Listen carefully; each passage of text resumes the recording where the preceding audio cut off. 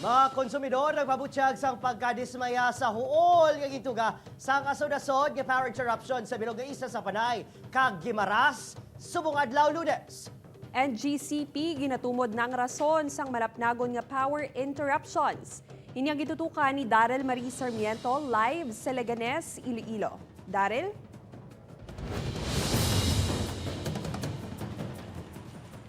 Adrian, Kate, wala na punggan sang mga konsumidor nga magpabutsyag sang ila sini nga pagkadismaya sa nagluntad nga malapnagon nga power interruption kaina sang udto.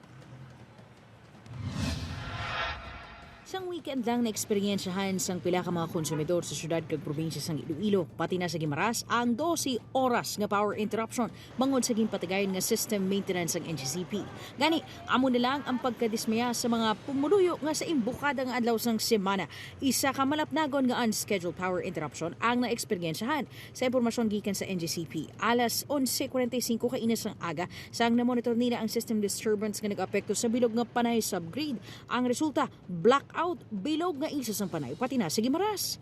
May mga kwan kami, detect kami nga system voltage nga ako, increase.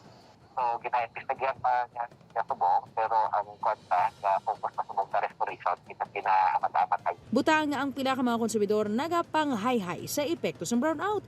Kaangay na lang sang ini nga shop nga nagabaligya sang isda sa diin kritikal ang kuryente sa ginagamit nila nga air pump. Maapektuhan man sa siyempre ang mga isda. May harap mag-isa guguba man Ang iba naman nagpahayag nga apektado na ganing ilang negosyo, ginakangaw pa ang pagkaguba sang appliances sa patay siga sang kuryente. Kasi siyempre damo tani may masulod na karwas naman de. Ti nagluwa na lang tungod sa brownout. Mga kompresor naman wala kami sing kuryente. Ti buhin sa income mo kay ti wala kasing ma-servisyuhan niya sa customer mo. Pasado alas 2 subong hapon sang amat-amat nga na-restore ang kuryente sa pila ka mga lugar.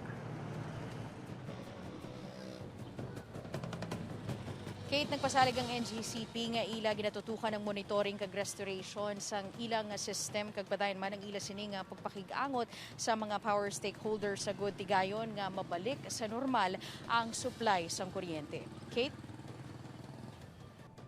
Madamo nga salamat, Daryl Marie Sarmiento.